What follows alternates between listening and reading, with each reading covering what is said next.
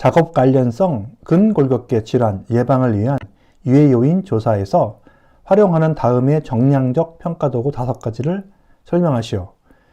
1. 룰라 2. 레바 3번 오아스 4번 리오시 들기작업평가 5번 JSI.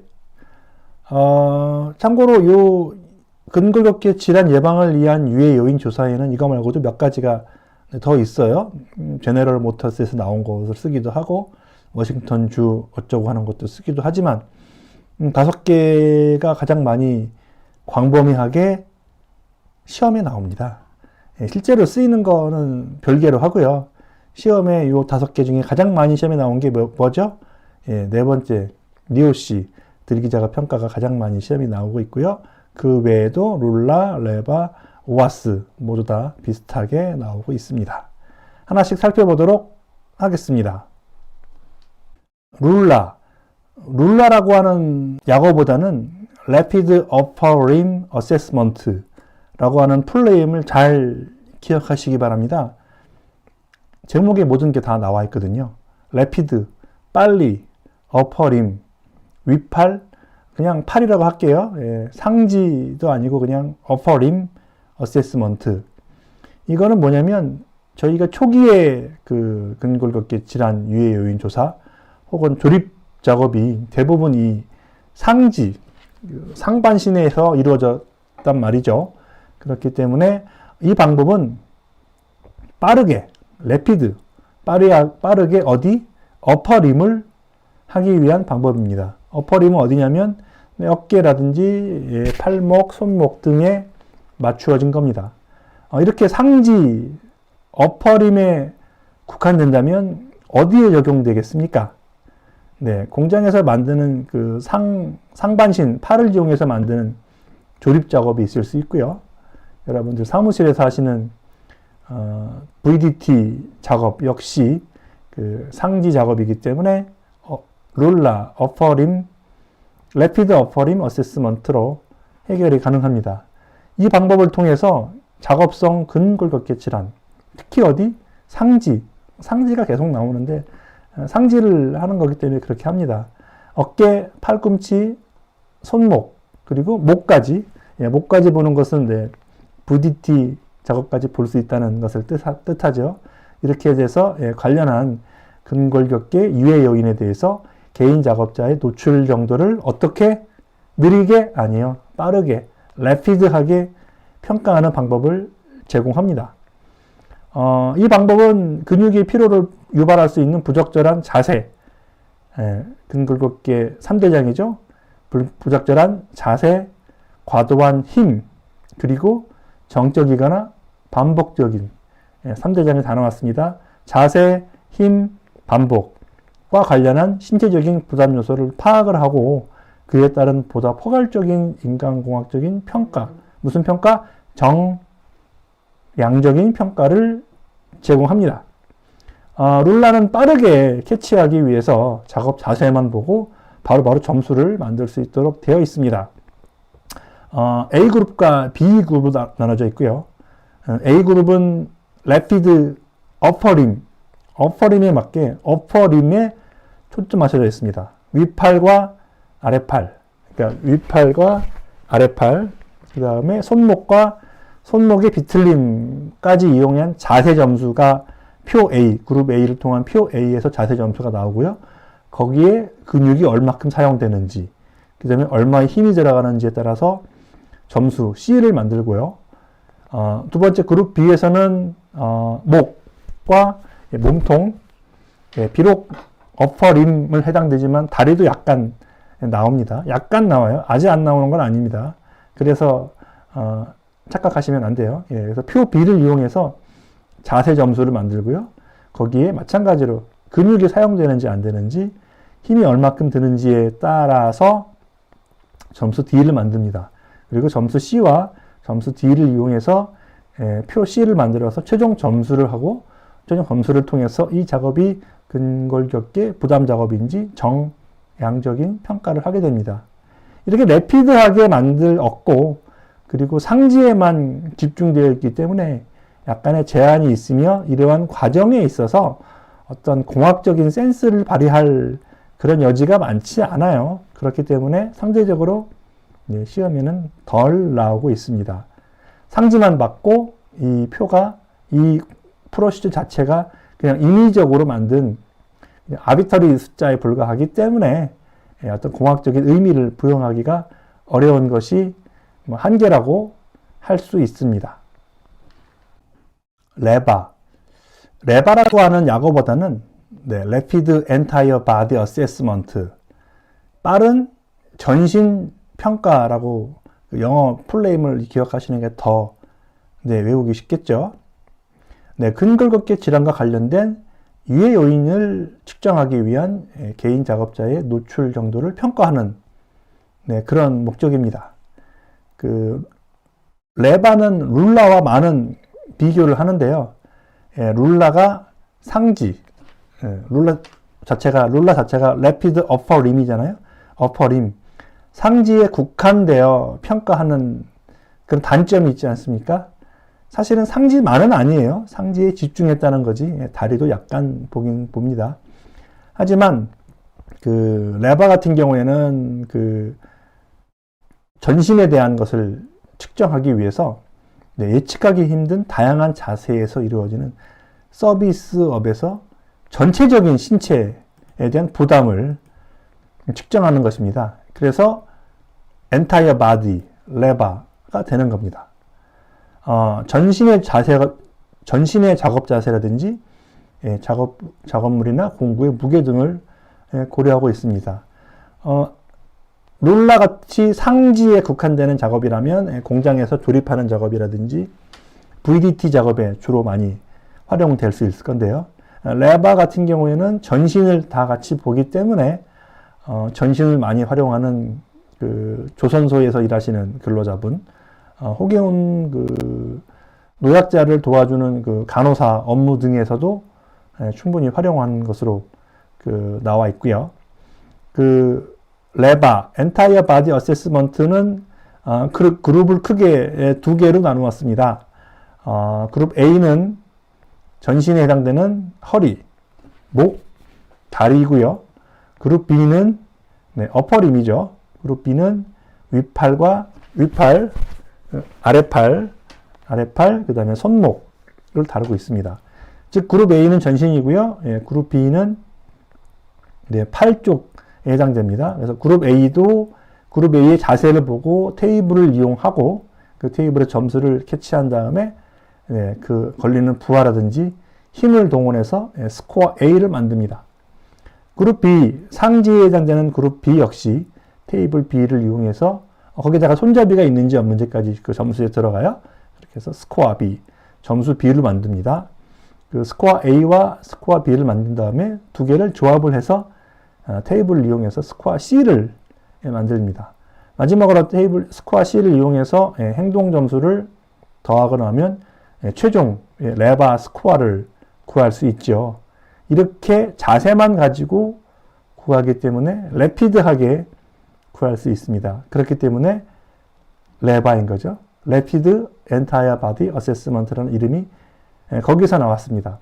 래피드하게 빨리 본다. 하지만 이런 식으로 자세만 가지고 테이블만 가지고 이용하기 때문에 이 테이블에 나온 수치라든지 이런 것들이 쉽사리 어떤 물리적인 의미를 가지고 있지는 않습니다. 그냥 아비터리한 숫자에 불과하기 때문에 래피드하게 볼 수는 있지만 실제로 그것이 좋은지 안 좋은지 판단을 하려면 별도의 이제 조치 단계 테이블을 이용해서 활용을 해야 되죠. 그래서 조치 단계는 0단계에서 4단계로 분류하고요. 레바 스코어가 1부터 15까지 나오는데요. 레바 스코어가 1인 경우에는 거의 유해 요인이 없는, 그래서 무시해도 좋은, 더 이상 추가 조치가 필요 없는 수치이고요. 레바 스코어가 15까지 올라가면 최대가 15입니다. 굉장히 위험한 수준이라서 지금 즉시 당장 바로 근골격계 유해 요인을 없애기 위한 조치를 해야 되는 단계입니다. 그 사이에 1, 2, 3단계는 레바 스코어는 2, 3, 4, 7, 8에서 10단계를 통해서 위험 수준이 낮은 거에서 점점 위험 수준이 높은 쪽으로 올라가게 됩니다. 그에 따라서 조치 사항 역시 필요 없음에서 곧 필요함, 곧 필요함, 지금 즉시 필요함으로 그 단계가 올라가는, 단계가 거꾸로 이제 숫자가 높아질수록 조치 단계가 세지는 그런 단계를 의미합니다. 다시 한번 말씀드리지만 래피드하게 보다 보니까 또 이러는 측정하는 과정에서 자세만 가지고 이 자세에 나오는 점수가 과연 좋은 건지 나쁜 건지 양적으로 판단하기가 쉽지 않아요. 마지막에 나온 스코어 역시도 스코어 조치 단계 표를 보고서야만 이 단계가 어떤 단계인지 확인할 수 있기 때문에 어떤 그런 단점은 가지고 있습니다만 룰라가 상지에 국한되었던 것에 비해서 전신을 볼 수 있다는 점에서는 상당히 더 진보적인 방법이라고 할 수 있고요. 그래서 룰라보다는 레바가 조금 더 시험에 많이 나오는 경향이 있는 것 같습니다. 오아스. 오아스라는 용어보다는 오바코 워킹 포스처 어널리시스 시스템이라고 해서 플레임을 기억하시는 게 좋을 것 같고요. 오바코라고 하는 핀란드의 철공소에서 맨 처음 나왔다고 합니다. 철공소 근로자들이 많이 힘들어 하니까 그러면 얼마큼 힘든지 육체 작업에 있어서 그 부적절한 정도를 구별하기 위해서 만들어낸 평가 기법이에요. 이 역시 별도의 특별한 기구가 없이 그냥 단순하게 그냥 관찰로만 해서 작업 자세를 평가할 수 있습니다. 현장에서 직접 바로 기록을 하고 해석이 용이해서 많은 작업장에서 조선소와 같이 여러 가지 작업이 혼재되어 있는 작업 자세를 평가하기에 좋은 방법으로 알려져 있습니다. 또한 그 평가 기준도 분명하게 만들어져 있죠. 여기 평가 기준이 나와 있네요. 이것은 철공소에서 만들어졌으니까 현장성이 강해요. 공장에서 사용하기 쉽습니다. 조선소에서도 많이 사용합니다. 상지와 하지, 상지, 어퍼림이죠. 룰라 같은 경우에는 어퍼림이 주로 많이 나왔는데 이 오아스는 상지와 하지가 모두 작업 분석이 가능하며 특히 중공업에서 사용되는 만큼 작업 대상물의 무게 역시 분석 요인에 포함이 됩니다. 이 방법 역시 래피드하게 작업 자세만을 주로 따지고요. 초기 버전에 있어서는 이제 허리 자세, 팔 자세, 다리 자세, 거기에 작업물의 무게가 입력값이 되었습니다. 그리고 나중에 한번 개정이 됐는데 개정됐을 때는 이 목의 자세까지 그 내용이 포함이 되었다고 합니다. 조금 더 개발이 된 거죠. 각 작업자들의 자세에 대한 어떤 불쾌감에 대한 주관적인 평가라든지 실제로 그 자세가 건강에 얼마큼 안 좋은지 실제로 또 그 자세가 얼마큼 실용적인지에 따라서 각 자세별로 점수를 매겼어요. 점수를 매기고 점수를 매겨서 그 표를 평가를 했습니다. 예전에 한번 기출문제에서 이 오아스에 대해서 실제로 예제를 통해서 자세와 표를 주어져서 실제로 어떤 상태인지 보여주는 그런 문제도 한번 있었던 걸로 기억을 하는데요. 저는 개인적으로 그런 문제가 조금 더 많이 나왔으면 하는 바람입니다. 그리고 인간공학 기사 실기 시험이 현재 그 필답형으로만 되어 있는데 그 필답형 안에 이러한 근거 걷기의 작업 유해 요인 조시 방법이 계산하는 것도 좀 예제나든지 아니면 그 작업형으로 좀 문제가 나왔으면 하는 그런 개인적인 소망이 있고요. 이 래피드하게 비록 그 용어에 R은 없지만 래피드하게 자세만 가지고 판별하는 오아스 기법이다 보니까 이 역시 그냥 카테고리 점수를 통해서 카테고리로 구별을 합니다. 카테고리 역시 숫자가 낮은 것은 좋은 자세고요. 숫자가 높은 것은 안 좋은 자세입니다. 액션 카테고리 1부터 액션 카테고리 4까지 진행이 되고요. 액션 카테고리 1은 특별히 개선이 필요하지 않은 그런 아주 좋은 작업을 의미하고 액션 카테고리 4번은 즉시 개선해야 되는 작업 자세를 의미합니다.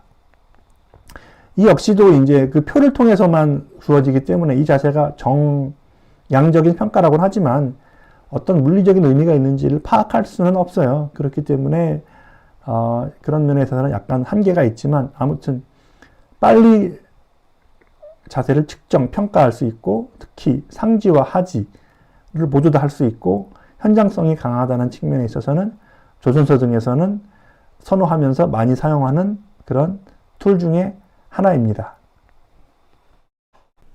네, NIOSH 들기 작업 평가입니다.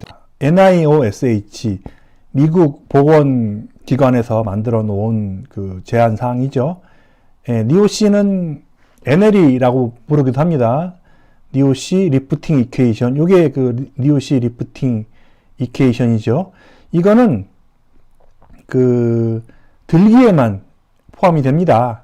롤라, 레바, 오바스 같은 경우가 다 뭐 들기를 포함한 여러 가지 자세적인 측면이라면 NIOSH 리프팅 이퀘이션은 들기에만 아주 특화되어 있는 그런 그 제한 평가 사항이죠. 들기 작업에 대한 권장 무게 한계, recommended weight limit를 쉽게 산출하도록 해서 작업의 위험성을 예측하고 무슨 작업?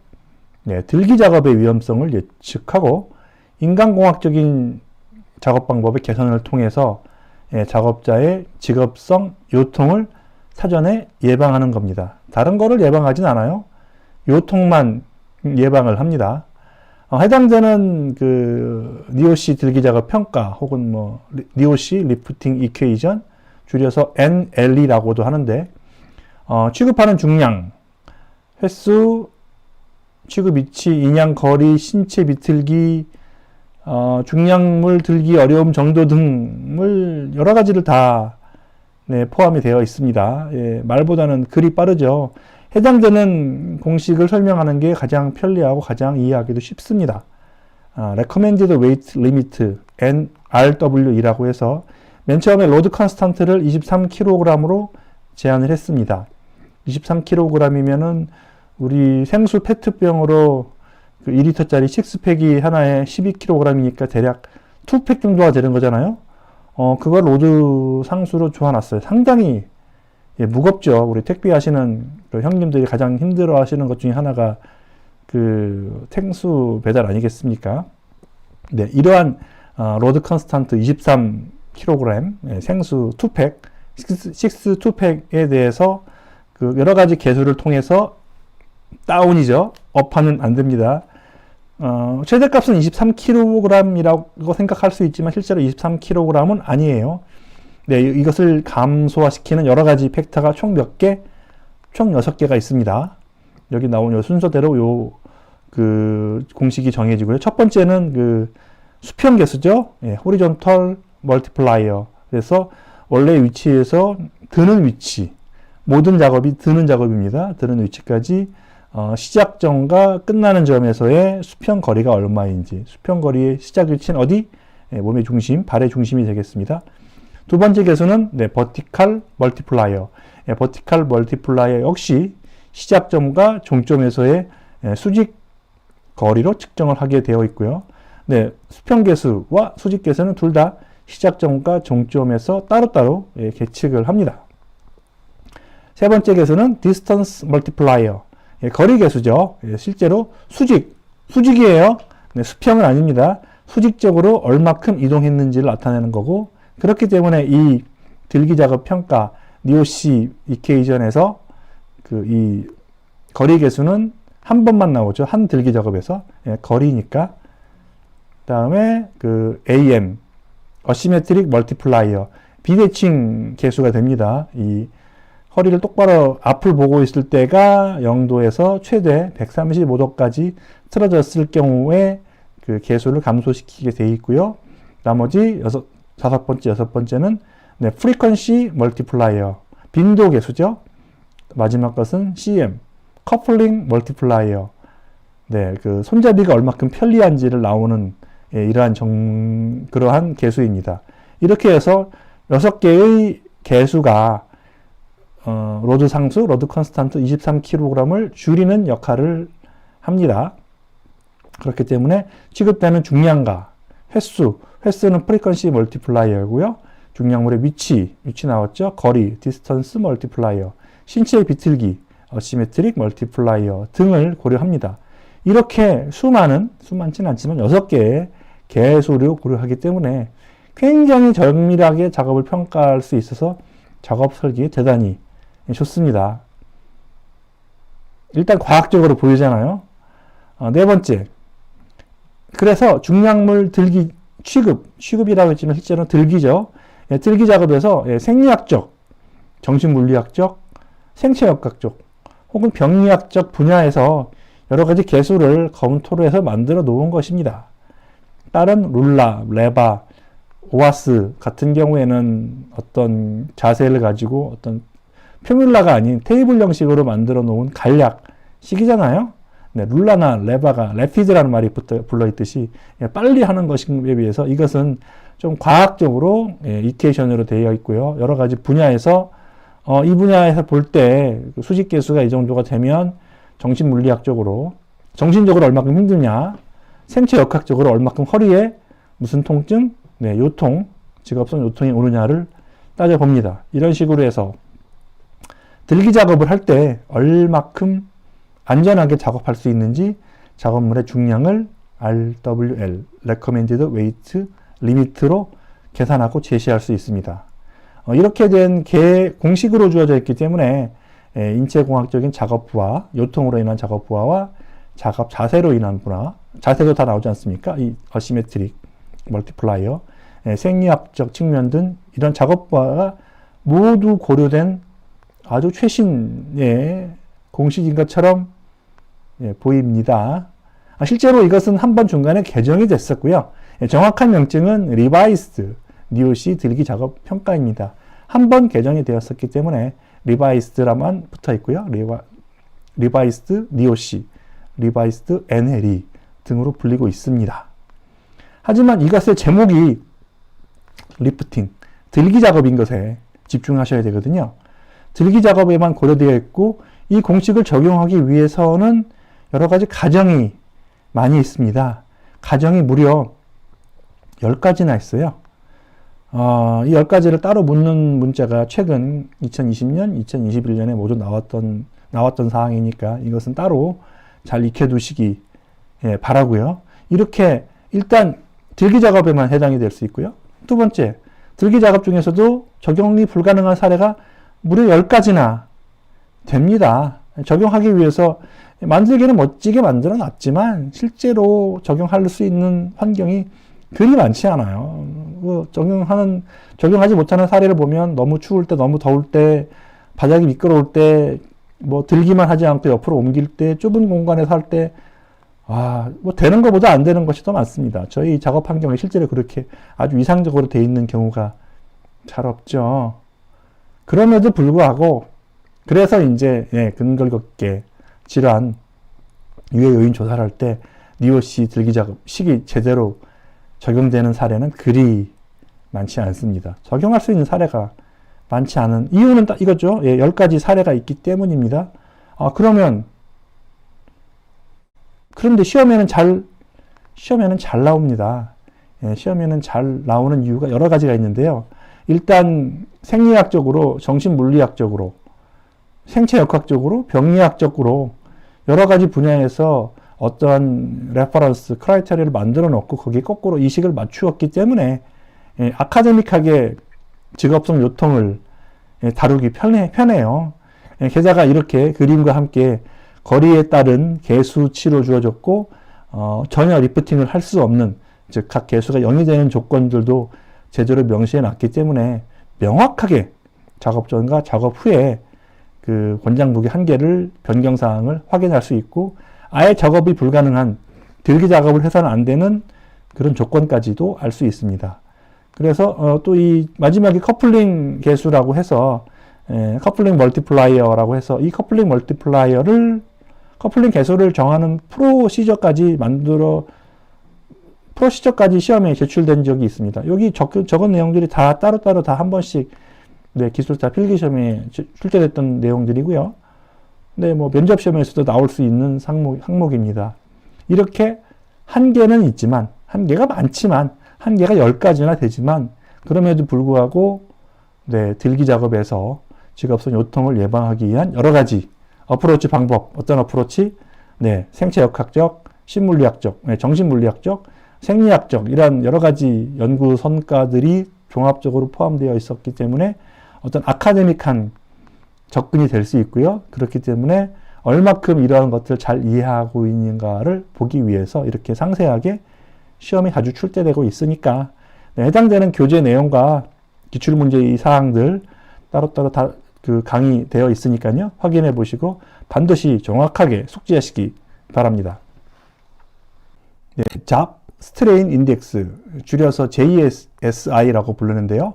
네, 잡 스트레인 인덱스 JSI는 특별히 상지 질환, 네, 손과 손목 등에 특화되어 있는 네, 정량적인 유해 요인 조사 방법입니다. 이러한 상지 질환의 원인이 되는 그 위험 요인들을 파악을 하고 거기에 대한 것들을 정량적으로 평가하게 되어 있습니다. 크게 6가지의 그 인자를 검토하게 되어 있는데요. 첫 번째는 힘의 강도, 두 번째는 힘의 지속적인 시간, 근육이 사용하는 시간이죠. 네, 세 번째는 분당 그럼 몇 번 올 것이냐. 네, 이 힘과 빈도, 그 다음 나올 게 뭐죠? 네, 근골격계 질환의 3대장, 자세죠. 자세는 자세인데 무슨 자세? 네, 손과 손목의 자세에 그 특별히 관심을 두고 있습니다. 5번째는 작업 속도, 6번째는 그럼 하루에 도대체 몇 시간 작업을 하는지에 대해서 이런 6가지 팩터를 통해서 특별히 상지 질환에 대해서 특별히 정량적으로 평가하는 도구입니다. 전신 자세가 아니고 상지, 특히 손과 손목의 자세에 집중되어 있기 때문에 어떤 작업에 주로 적용 가능할지는 금방 이해가 되시겠죠. 자료를 입력하는 오퍼레이터, VDT 증후군을 점검하는 척도로도 사용할 수 있습니다. 그 다음에 품질 검사하는 거, 특별히 이제 손목에 움직임이 많은 뭐 포장하는 작업이라든지 뭐 재봉, 택배 포장업도 될 수 있고요. 뭐 비닐하우스 내에서 뭐 딸기를 뭐 가공하는 작업, 그런 것들, 아니면 뭐 농가곡물 생산 유통업체에서 농가곡물을 다듬는 작업, 이런 작업 등등에서 허리 아니고 다리 아니고 특별히 상지 질환, 손과 손목에 특화된 그러한 방법입니다. 그렇기 때문에 이미 그 적용사항은 꽤 많이 제한적이라고 할 수 있습니다. 그래서 일반 중공업에서는 사용할 수는 아마 없을 거고요. 일반적인 그 포장 작업이나 그 컨베이어 벨트를 통해서 움직이는 것을 조립하는 그런 작업에서 주로 많이 활용되고 있습니다. VDT 작업에서 발생 가능한 유해 요인을 설명하고 VDT 작업 관련성 질환을 예방할 수 있는 개선 방안을 3가지 설명하시오. 네, 먼저 그 유해 요인을 설명하려고 하면 나열식으로 설명하자면 많이 생각이 잘 안 날 수도 있고 체계적이지 못하니까 반드시 어떤 작업이 있는지 큰 그림을 먼저 그려나가는 것이 매우 중요합니다. 그렇게 암기하셔야 편하고요. 또 그렇게 다시 기억을 해낼 수 있어야 됩니다. 네, VDT 작업에서 발생 가능한 유해 요인으로서는 개개인마다 상황이 다를 수 있으니까 뭐 개개인적인 요인이 있을 수 있고요. 그 다음에 이제 사무실 작업 환경 요인이 있을 수 있고, 마지막으로는 환경은 동일하지만 작업 조건에 따라서 그 상황이 다를 수가 있습니다. 이렇게 큰 그림으로 먼저 생각을 해 놓으시고요. 그 다음에 그 살을 채워 놓으시면 기억이 편리합니다. 개인적 요인으로서 어떤 게 있습니까? 똑같은 작업 환경과 똑같은 작업 조건이더라도 눈이 많이 안 좋은 사람, 시력이 안 좋은 경우죠. 그리고 이러한 VDT 작업을 많이 못 해봐서 경력이 좀 부족하거나 작업 수행도, 퍼포먼스가 약한 경우에는 굳이 부자연스러운 자세를 취해서 VDT 작업 관련 질환에 노출될 가능성이 있기 때문에 놀랍게도 개인적인 요인 역시 유해 요인이 될 수 있습니다. 너무 눈이 안 좋으면 타이핑을 못 해요. 그런 거죠. 두 번째는 작업 환경 요인입니다. 지침에 나오는 그 그림을 제가 3가지를 끄집어 왔는데요. 결국에는 이제 그 VDT 작업이라고 하는 것은 의자에 앉아서 책상 위에 놓인 모니터를 보면서 키보드나 마우스를 치거나 다루는 그런 일이지 않겠습니까? 제가 방금 말씀드린 모든 것들이 다 유해 요인이 될 수 있습니다. 의자부터 시작해서 책상, 작업대죠. 그다음 모니터, 디스플레이와 키보드, 마우스까지 이런 것들이 뭔가 개인적인 설정이 잘 되어 있지 않아서 부자연스러운 자세가 된다면 굉장히 심각한 VDT 작업 환경, 작업 관련성 질환에 노출될 수가 있고요. 이렇게 물리적인 설비가 완비되어 있다고 하더라도 너무 어둡거나 너무 춥거나 덥거나 습도가 높으면 부적절한 실내 작업 환경에서는 또 역시 VDT 작업을 하다가 타이핑을 하다가 작업을 하다가 쉬이 지칠 수가 있고요. 또 가장 중요한 거 부적절한 조명과 눈부심, 소음이죠. 이 모니터에 나오는 빛이 너무 밝거나 너무 어둡거나 또 모니터의 직사광선이 내리쬐거나 해서 눈부심이 있다면 시력이 아무리 좋아도 금방 시력이 안 좋아질 겁니다. 해당되는 사항들에 대해서는 모두가 다 그 VDT 작업 지침 그 관련 규정에 명시가 되어 있고요. 이 그림들이 해당되는 규정을 설명해 주는 내용입니다. 보시면 팔꿈치의 각도는 90도 이상으로 편안하게 할 수 있어야 되고요. 키보드의 높이는 작업자의 어깨보다 높으면 안 되겠죠. 그리고 서류 받침대가 만약에 모니터 옆에 달 수 있다면 타이핑하는 경우에 굉장히 편하게 작업을 할 수가 있죠. 만약에 이 서류 받침대가 없다면 이 작업대 위에 놓고 하거나 키보드 위에 놓고 하면 계속 고개를 이렇게 들었다 놨다 들었다 놨다 해야 될 거 아니겠습니까? 의자 역시 중요하죠. 우금이라 그러죠. 여기 무릎 뒤를 우금이라 그러는데 의자의 좌판의 높이가 우금의 높이, 발바닥에서 이 사무실 바닥에서 우금까지 높이에 적당히 맞아야 되고요. 또 의자의 깊이, 좌판의 깊이가 너무 크면 어떻습니까? 너무 크면 여성 작업자가 앉아서 등판에 허리가 닿지 않아서 또 요통이 생길 수가 있습니다. 또한 너무 작아도, 너무 이 좌판의 높이가 작아도 무릎이 꺾여서 90도 이하가 되면 그것도 무릎에 무리가 올 수가 있고요. 또 뭐 좌판의 폭이라든지 이런 것들, 또 팔걸이까지 해서 우리가 생각하고 있는 모든 것들이 다 작업 환경 요인이 VDT 작업의 유해 요인이 될 수 있습니다. 마지막으로 작업 조건이죠. 개인적으로도 완벽하고 작업 환경도 충분하다고 하더라도 너무 오랫동안 작업을 하거나 아니면 그 입력하는 과정에서 스트레스가 과다해요. 본인이 하기 싫은 일을 한다든지 본인의 능력이 발휘되지 못하는 일을 한다든지 아니면 너무 짧은 시간에 하도록 요구된다든지 아니면 요새 같은 경우에 이제 반복적인 작업이 계속될 경우에는 역시 VDT 작업에 노출될 요인이 될 수 있습니다. 보통 저희가 사무실에서 하고 있는 모든 일들이 다 사실은 유해 요인이고요. 이런 유해 요인이 발생하지 않도록 주의를 기울여서 가령 뭐 반복적인 작업이 되지 않도록 매크로 소프트웨어를 사용을 해서 엑셀에서도 간단한 매크로는 가능하고요. 그 외에서 윈도우에서도 매크로를 사용을 해서 여러 가지 업무 전사나 업무 효율화를 취하고 있습니다. 단순하게 그것은 작업시간, 노동시간의 감소뿐 아니고 이러한 VDT 작업 관련 질환 예방에도 큰 도움이 됩니다. 그러면 과연 이러한 VDT 관련 질환을 예방할 수 있는 개선 방안 3가지, 뭐 30가지는 될 수 있을 것 같아요.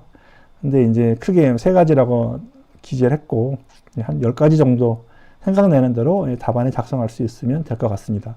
첫 번째, 해당 내용은 항상 우리가 2가지를 생각해야 된다 그랬죠? 어떤 식의 개선을 할 것이냐? 첫 번째는 공학적 개선, 두 번째는 관리적 개선. 먼저 공학적으로 개선을 해서 스크리닝을 한 다음에 그 다음에 관리적 개선을 통해서 VDT 작업 질환을 예방을 해야 합니다. 그러면 하나씩 보면서 이것이 관리적 개선인지 공학적 개선인지 한번 보도록 하겠습니다. VDT 작업의 지속적인 수행을 금하고 다른 작업을 병행하도록 작업 확대 또는 작업 순환을 하도록 한다. 이것은 관리적 개선이 되겠죠. 가령 오전에는 VDT 작업을 하고 오후에는 뭐 다른 노동을 한다든지 아니면 그런 식으로 하다는 그런 내용이고요. 두 번째, 1회 연속 작업 시간이 1시간을 넘지 않도록 한다.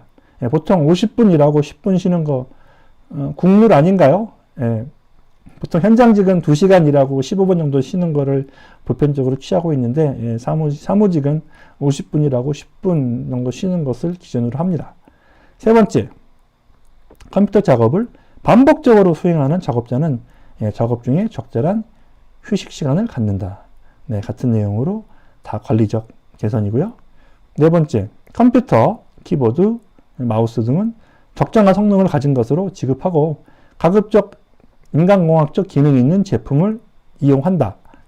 네, 이게 바로 그 공학적 개선이 될 수 있습니다. 제가 지금 사용하고 있는 이 마우스, 이게 이제 그 에르고노믹 마우스이거든요. 예, 보통 이제 마우스 클릭을 하게 되면 이 손목 부분에 많이 그 힘이 올 수가 있는데 손으로 완전히 이 마우스를 뒤집어 감싸서 사용하기 때문에 손목이 아픈 일은 좀 많이 적거든요. 이런 식으로 기술을 동원해서 비용을 동원해서 네, 관련 직업 VDT 작업 관련 질환을 예방할 수 있는 것, 이것이 바로 공학적 개선 방안 되겠습니다.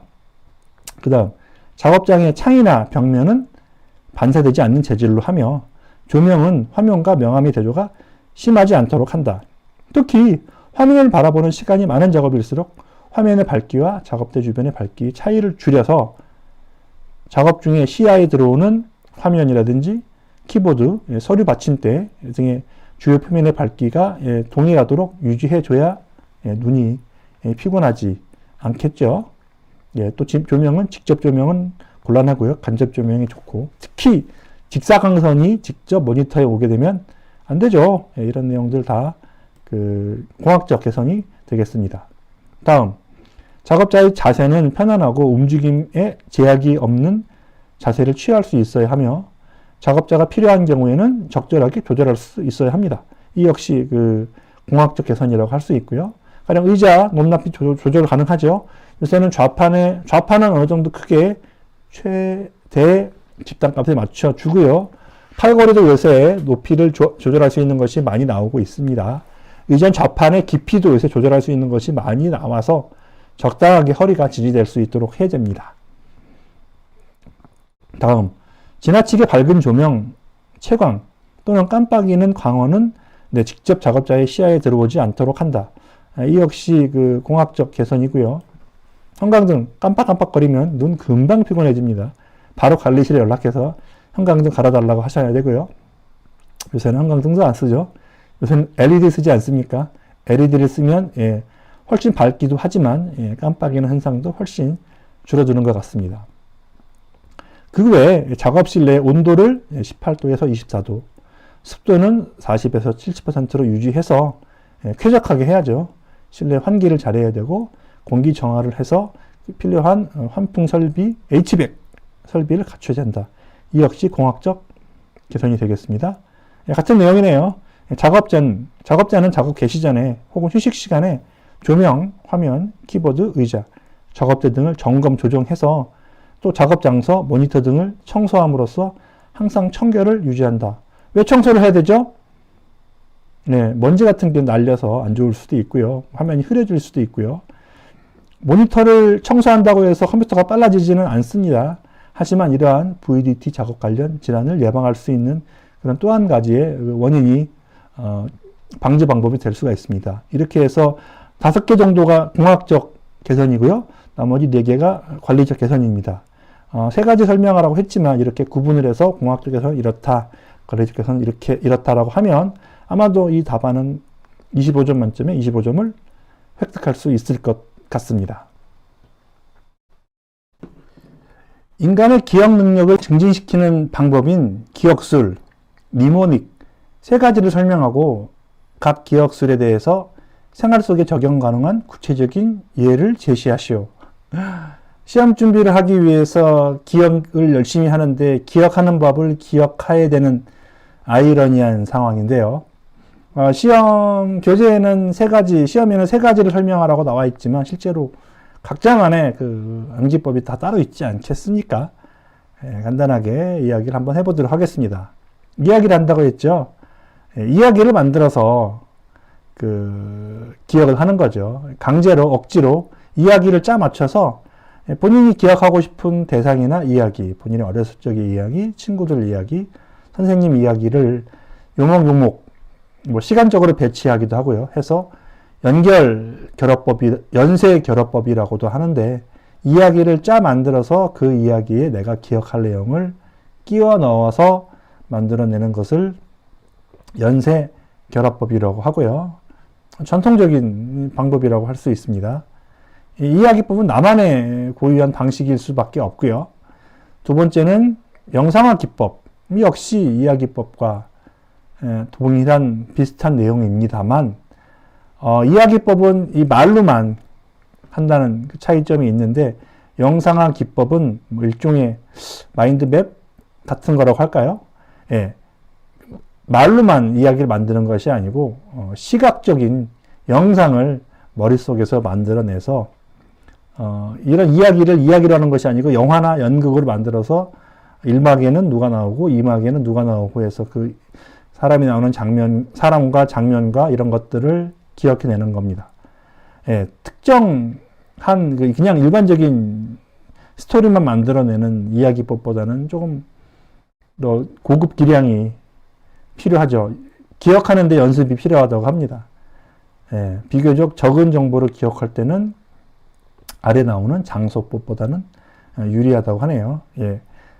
끝판왕이라고 해야 되나요? 세 번째는 장소법. 시공간 스케치북이라고 부르는 것이 이거 같습니다.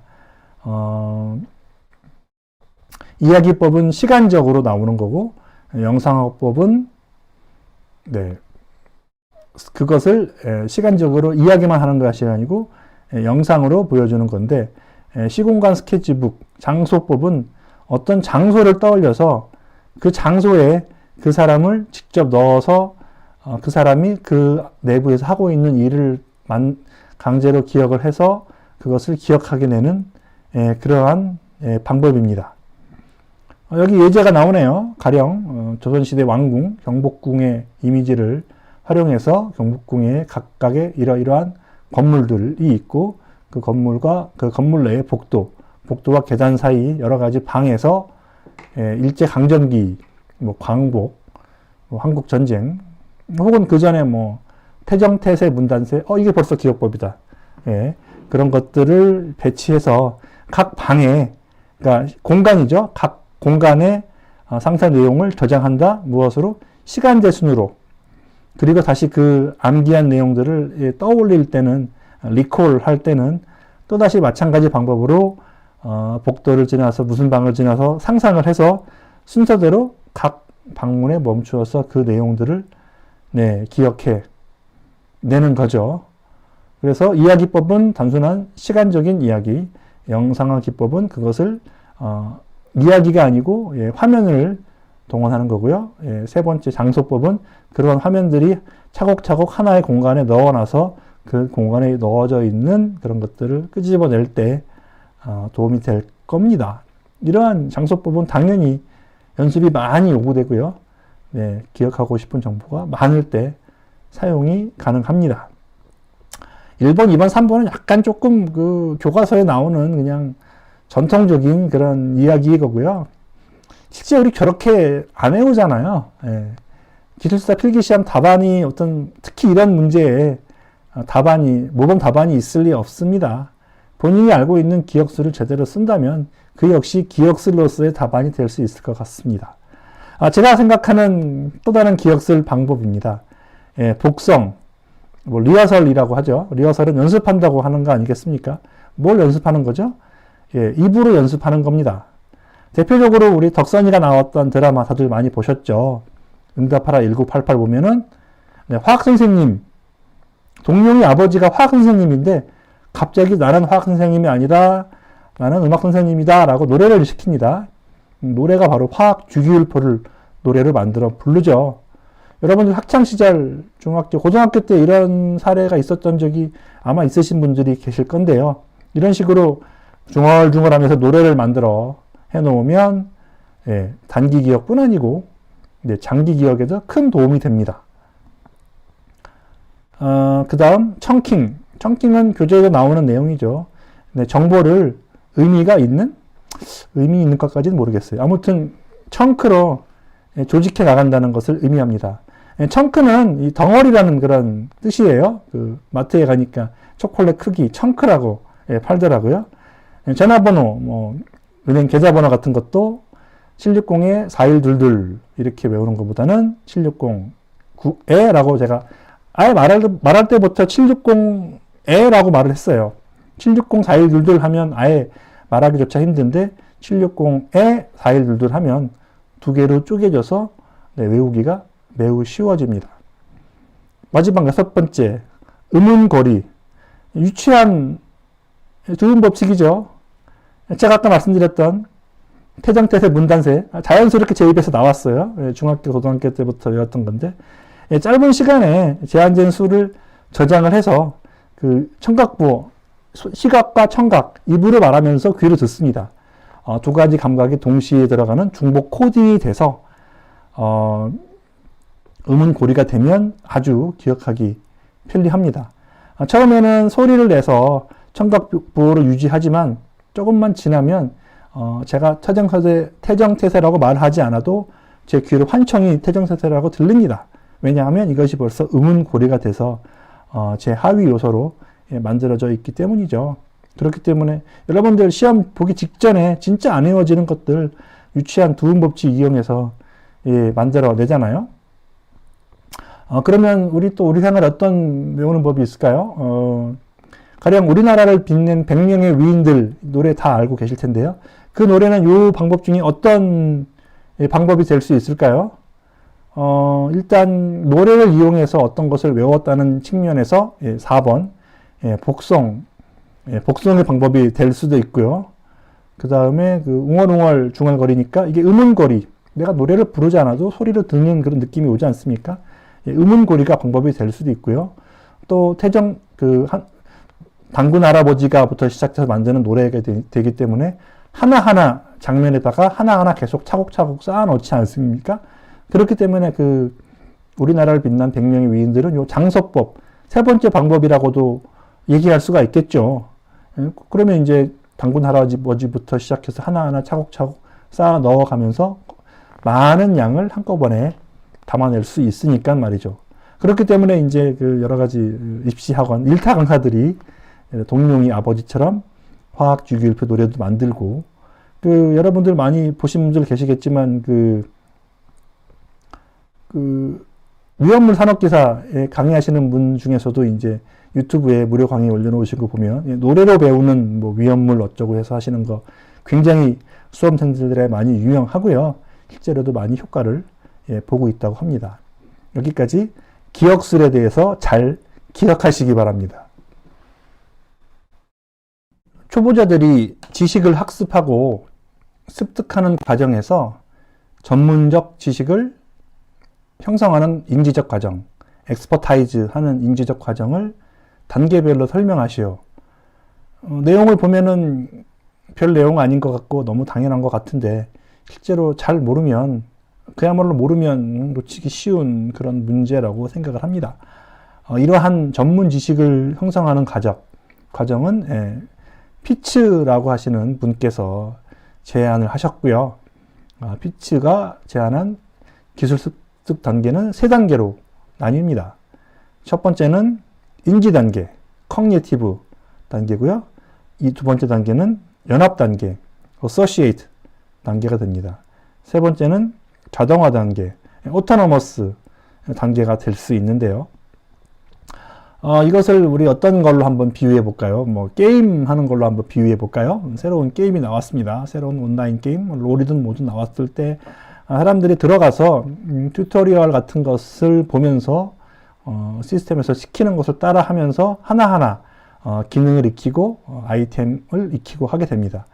이 단계에서는 여러 가지 오류를 많이 범하기도 하고 하지만 결국에는 이제 어떻게 하는지 익히는 단계죠. 그게 이제 처음 단계, 인지 단계, 커그니티브 단계라고 합니다.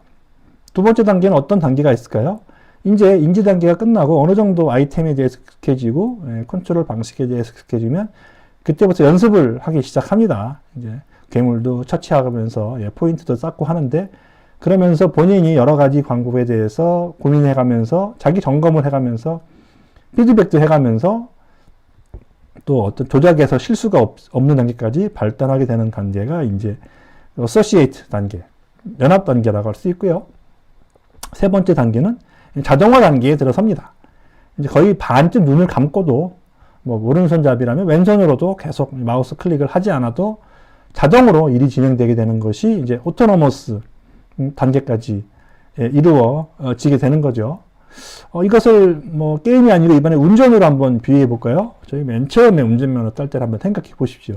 처음에 엑셀과 브레이크의 위치, 기어 조작법, 신호등 각종 신호장치의 기능을 하나씩 익히면서 쩔쩔매면서 외웁니다. 겨우겨우 운전면허를 취득을 하고요. 이제 차를 사서 운전하다 보면 처음에는 굉장히 무서워하면서 차량이 없는 교외나 이런 데 나가서 연습을 하게 됩니다. 하다 보면 이런 상황에서는 엑셀이 당연히 오른쪽에 있고 브레이크는 가운데 있구나, 이런 것들에 대해서 익숙해질 때까지 연습을 하게 되는 단계가 두 번째 단계, 어소시에이트 단계고요. 세 번째 단계가 되면 자동화 단계, 오토노머스, 거의 신의 단계가 되죠.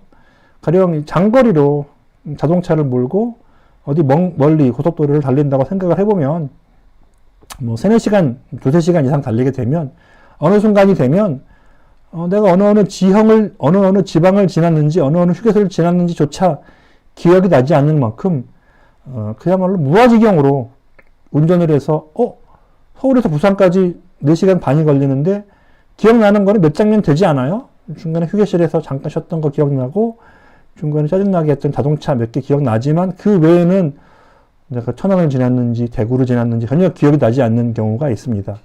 완전히 무아지경에 이르게 되는 단계가 되는 거죠. 전문가가 되고 전문 지식을 습득하는 단계가 됩니다.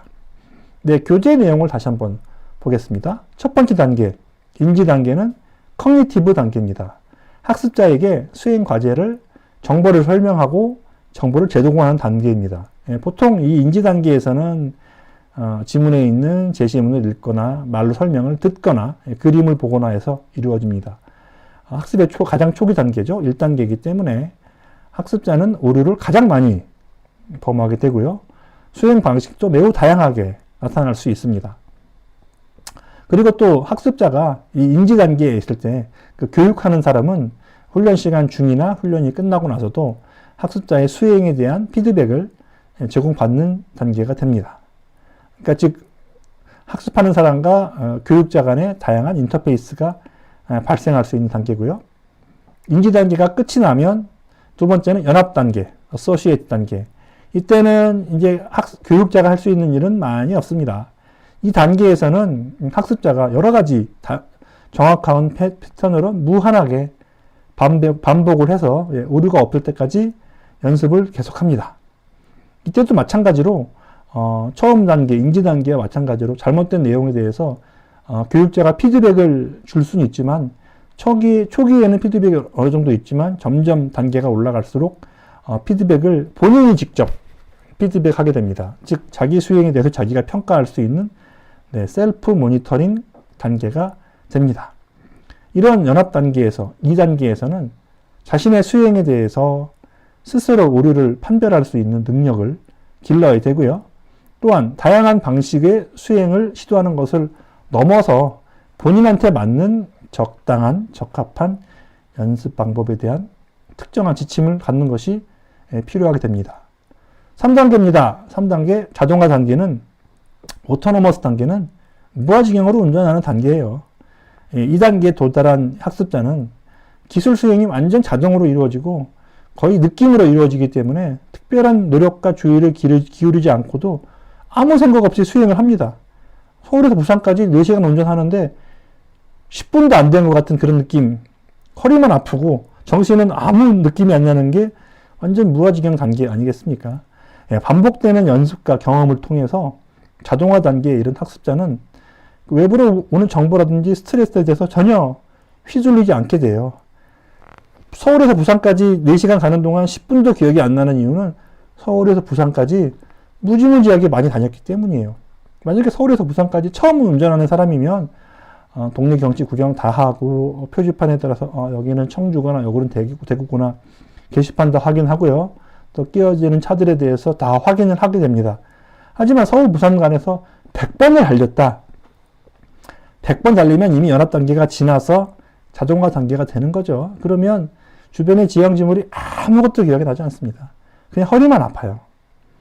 또 이러한 자동화 단계에 이르면 운전하면서 별짓을 다 하면 안 됩니다, 여러분. 운전하면서 별짓을 다 할 수가 있게 돼요. 예, 자동화 단계에 이르면 운전을 하면서 가볍게 뭐 먹을 수도 있고요. 아니면 여러 가지 과제를 수행할 수 있습니다. 저는 개인적으로 서울과 부산, 정확히는 부산은 아니지만 50번 이상 장거리 운전을 할 기회가 있었고요. 저도 마찬가지로 10번 정도 넘어가면서부터는 완전히 무아지경 단계에 이르게 되더라고요. 예, 그래서 마지막 단계에서는 기술사 면접 준비를 하고 있었는데 마침 또 혼자 운전할 수 있는 기회가 있어서 서너 시간 동안 운전을 하면서 서너 시간 동안 자문자답을 했습니다. 나 혼자 얘기를 하고 나 혼자 답을 하고 그걸 이제 일부러 말하는 연습을 했죠. 면접 시험이라는 게 말을 하지 않으면 안 되잖아요. 또 머릿속에 있는 내용이 입으로 나올 때는 새로운 느낌이 나오고 입으로 나올 때 그 소리가 또 내 귀로 돌아가기 때문에 또 한 번 반복이 되는 이중 포딩의 효과가 있지 않습니까? 그래서 3시간 정도 이제 운전을 하면서 말을 하는 연습을 많이 했습니다. 자동화 단계, 오토노머스 단계, 극단에 이른 거죠. 마지막에 있는 다른 과제를 동시에 수행하는 단계가 됐습니다. 예, 그런 식으로 운전을 하다 보니까 어느 날 같이 집사람이랑 같이 운전을 하게 됐는데 그런 습관이 들어서 고속도로에 올라서서 무아지경이 되니까 또 제가 이제 입으로 중얼중얼 하면서 그 즈음에 있었던 어떤 이벤트에 대해서 이제 혼자 내가 자문자답을 하고 있으니까 집사람이 깜짝 놀라더거든요. 갑자기 혼잣말을 왜 하냐고, 무슨 정신이 나간 사람 같다고, 뭐 그런 상황도 있었습니다. 그런 단계가 무슨 단계? 자동화 단계, 오토노머스 단계가 되겠습니다. 작업장에서의 소음은 작업 성능의 저하와 근로자의 청력 손실 등을 유발할 수 있기 때문에 적절한 관리가 필요합니다. 다음과 같은 방법으로 소음을 관리할 때 물음에 답하시오. 첫 번째, 창문을 닫으면 외부로부터의 소음을 10dB 감소시킬 수 있다고 할 때 음압은 어떻게 변하는지 구하시오. 두 번째, 귀마개와 귀덮개를 동시에 사용하면 음압 수준이 30dB 낮아진다고 할 때 음압은 어떻게 변할지 구하시오. 먼저 용어를 확실하게 알고 넘어가셔야지 이 문제를 풀 수 있습니다. 물론 답안지를 보면 굉장히 쉽게 이해가 되는데 그냥 이 내용만 봐서는 뭔지 잘 모르시는 분들이 계실 수 있으세요. 먼저 문제에서 음압이 어떻게 변하는지 물어보았습니다. 어떻게 될 때? 음압 수준이 달라질 때. 음압의 수준이 음압 수준이 아니에요. 음압은 음압 수준은 음압 수준입니다. 음압의 수준이 음압 수준이 아니에요. 음압은 그냥 사운드 프레셔고요. 음압 수준은 사운드 프레셔 레벨. 뭐 말은 비슷한데. 네, 음압 수준은 단위가 여기도 나왔지만 데시벨이죠. 데시벨로 표현을 하고요. 공식은 이렇습니다. 20 곱하기 상용로그의 P 나누기 P0. 여기서 분자의 P는 측정 음압이죠. 이게 이제 음압이에요. 이게 사운드 프레셔입니다. 여기서 구하고자 하는 이야기가 요 음압이죠. 요 P를 어떻게 변하는지 하라는 얘기고요. 그럼 분모에 있는 P0는 기준 음압이죠. 20 마이크로 파스칼. 마이크로는 이제 10의 마이너스 6승 아니겠습니까? 그래서 이제 0.000002 파스칼이 단위가 됩니다. 이거 제가 만든 공식은 아니고요.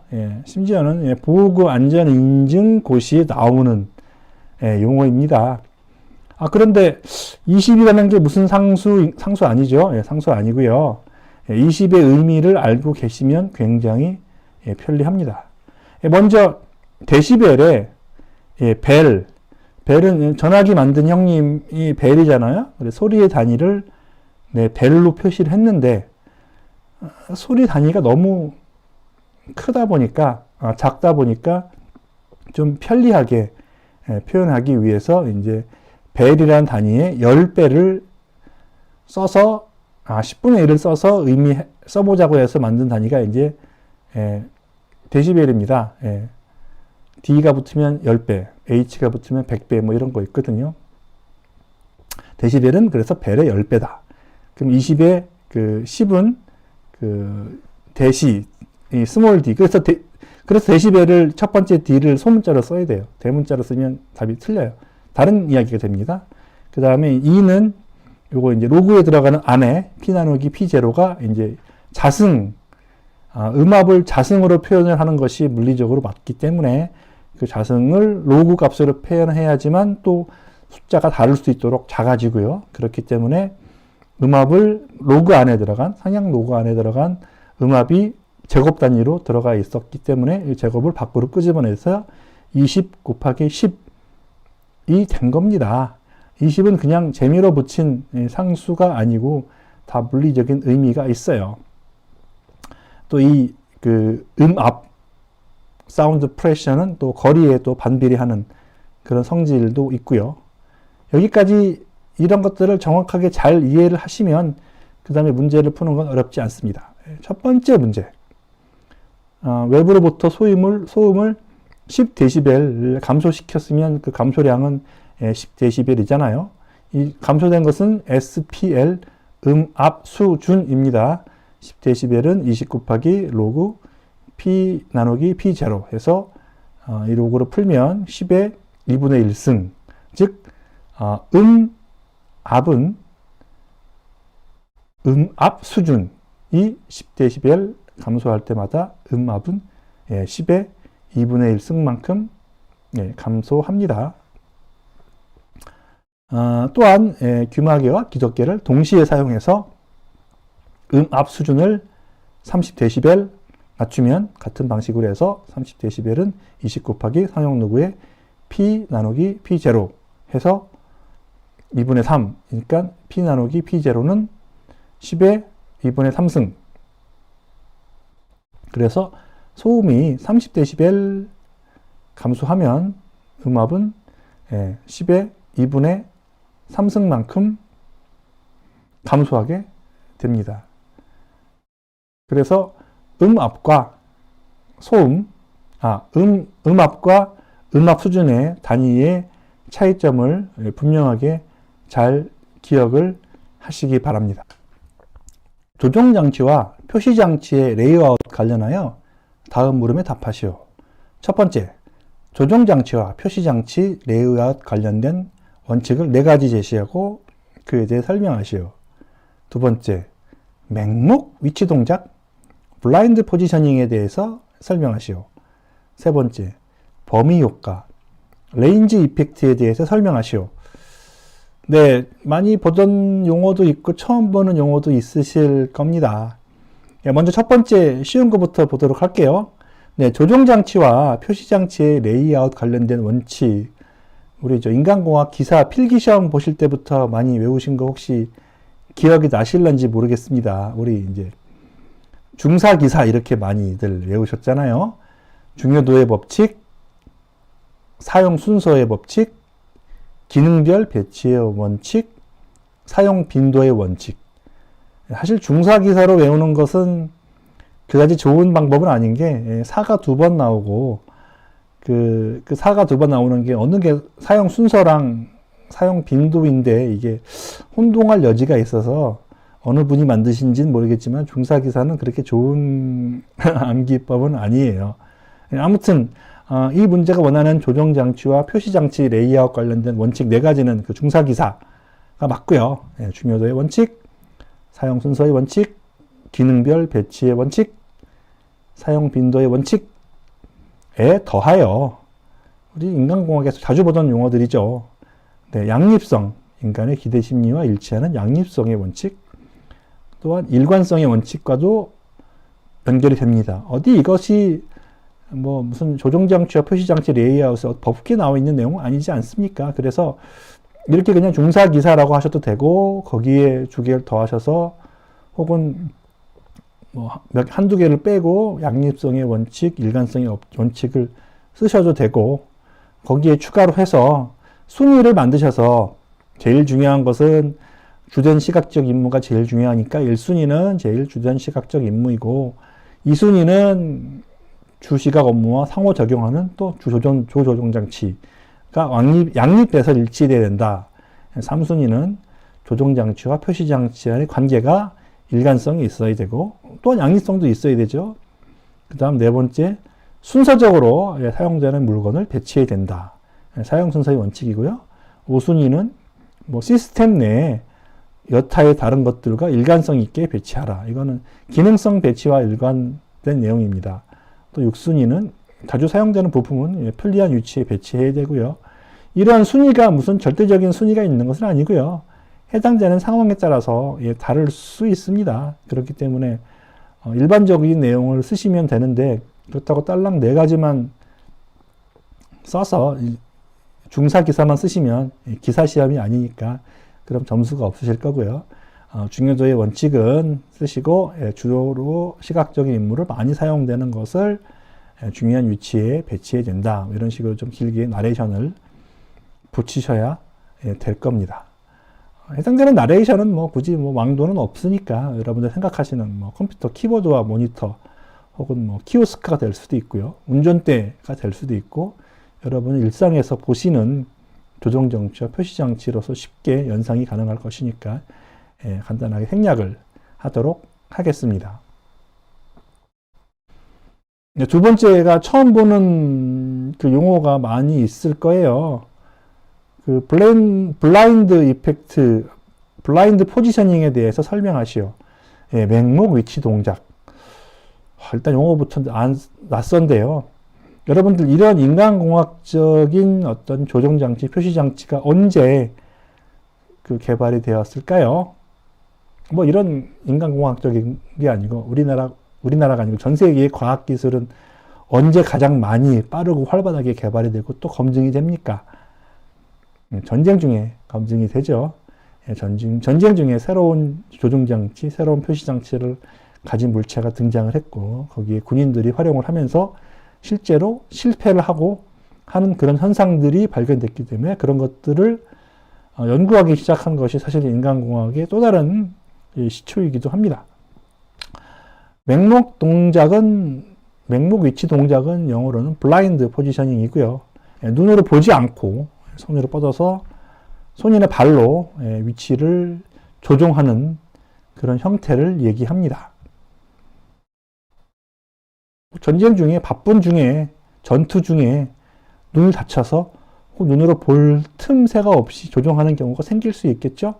그렇기 때문에 나온 것이 바로 이 블라인드 포지셔닝에 대한 연구 결과이고요. 네, 맹목 동작은 너무 당연합니다.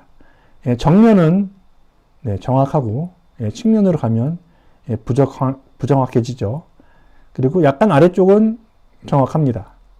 약간 위쪽은 부정확해요. 또 오른손잡이인 경우에는 오른쪽이 조금 더 정확하고요. 자주 쓰는 쪽이니까. 그래서 그러면 아까 나왔던 중사기사의 여기 두 번째 소문제가 왜 맹목 위치 동작이겠습니까? 그 조종장치, 표시장치의 적용 순위와 그 원칙을 어떻게 이 다음에 나레이션 하느냐를 보기 위해서죠. 그래서 맹목 위치 동작은 단순하게 눈으로 보지 않고 장님인 상태에서 찾아간다라고 쓰시면 뭐 한 20, 30%밖에 점수를 받지 못하실 거고요. 그런 맹목 위치 동작이 발생될 수가 있으므로 중요한 조종 장치는 어디에? 정면, 하단, 중앙에 위치한다. 요것이 이제 이 문제가 알고 있는 원하는 키포인트입니다. 실제로도 전쟁 중에 군사 무기 조종 장치에 활용됐을 거고요. 지금도 마찬가지입니다. 중요한 조종 장치, 중요한 표시 장치는 정면에, 하단에, 중앙부에 위치하는 것이 너무 당연합니다. 이런 것들을 사전에 미리 공부하신 분들이 계시고요. 실패 사례 또한 존재합니다. 이와 관련해서 조종관이 2개인 경우 있을 수 있죠. 뭐 그러니까 우리 조이스틱이 2개인 경우 있을 수 있잖아요. 조이스틱이 2개가 있는 경우에는 이제 밑에 있는 거는 간격을 15cm는 해줘야 이 맹목 동작에서 틀리지 않고요. 또 위에 있는 거는 그 조종장치를 그래서 30cm는 돼야지 맥록 동작에서 틀리지 않는다는 이야기를 합니다. 왜 위에 게 더 간격이 넓죠? 예, 위로 가면 부정확하기 때문이죠. 조종장치가 위에 있는 경우 있어요. 예, 비행기 조종칸 한번 생각해 보시면 엄청나게 많은 조종장치와 표시장치가 있고요. 그런 것들이 해당되는 것이 바로 맥록, 위치 동작, 블라인드 포지셔닝 되겠습니다. 세 번째, 범위 효과, 레인지 이펙트에 대하여 설명하시오. 눈으로 보지 않고 방금 나왔던 블라인드 포지셔닝, 맥록, 위치 동작에 해당되는 내용이네요. 눈으로 보지 않고 손을 수평선상에서 움직이는 경우 짧은 거리는 지나쳐요. 긴 거리는 못 미치는 경향이 있습니다. 그러니까 레인지를 잘못 파악하는 거죠. 파악은 잘했지만 행동이 그렇게 안 따라오는 현상이 되겠죠.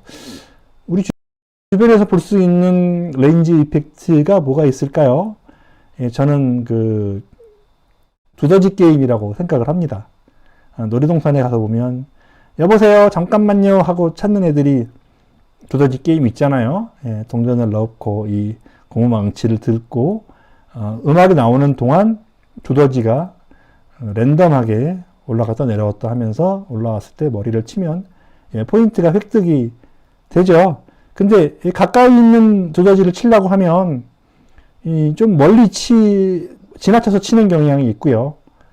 또 그리고 좀 멀리 있는 두더지를 치려고 하면 그 전에 땅바닥을 두들기는 경우가 종종 있습니다.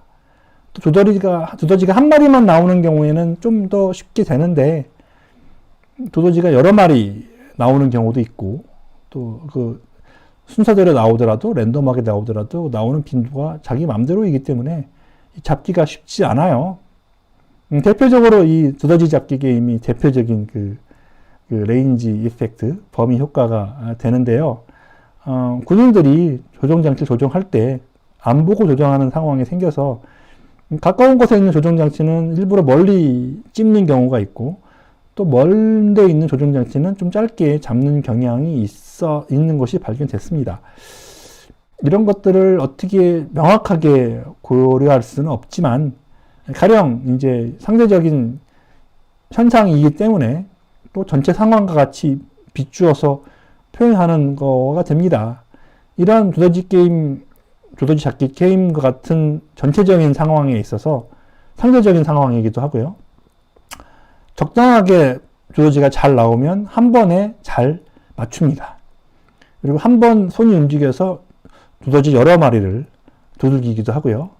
또 한 마리를 두들기는데 잘 못 두들기기도 하고 아예 놓치는 경우도 있죠. 이렇게 랜덤하게 나오는 두더지의 상황이 상대적인 현상이기 때문에 레인지 이펙트 역시 절대적인 이펙트가 아니고 전체적인 상황을 봐서 상대적으로 해야 되는 상황이고요. 이런 것들을 직접 설계, 제어장치, 표시장치에 고려하기는 어렵습니다. 하지만 이런 것들이 있음을 알고 이렇게 과도한 여러 가지 상황에 대해서 제대로 조정이 될 수 있도록 하는 것이 중요합니다. 가령 가까이 있는 놈은 가까이 있으면 좋을 것 같지만 너무 가까이 있으면 또 지나쳐서 하는 경향이 있을 수 있고요. 멀리 있는 조종장치는 너무 머니까 그 앞에 빈 땅을 칠 수가 있고요. 또한 그런 효과가 있기 때문에 두더지 간의 간격을 너무 좁게 하면 또 오동작을 유발할 수가 있고요. 이런 것들을 장황하지만 조리 있게 설명을 하면 해당 문제 없이 고득점을 받을 수 있을 것 같습니다.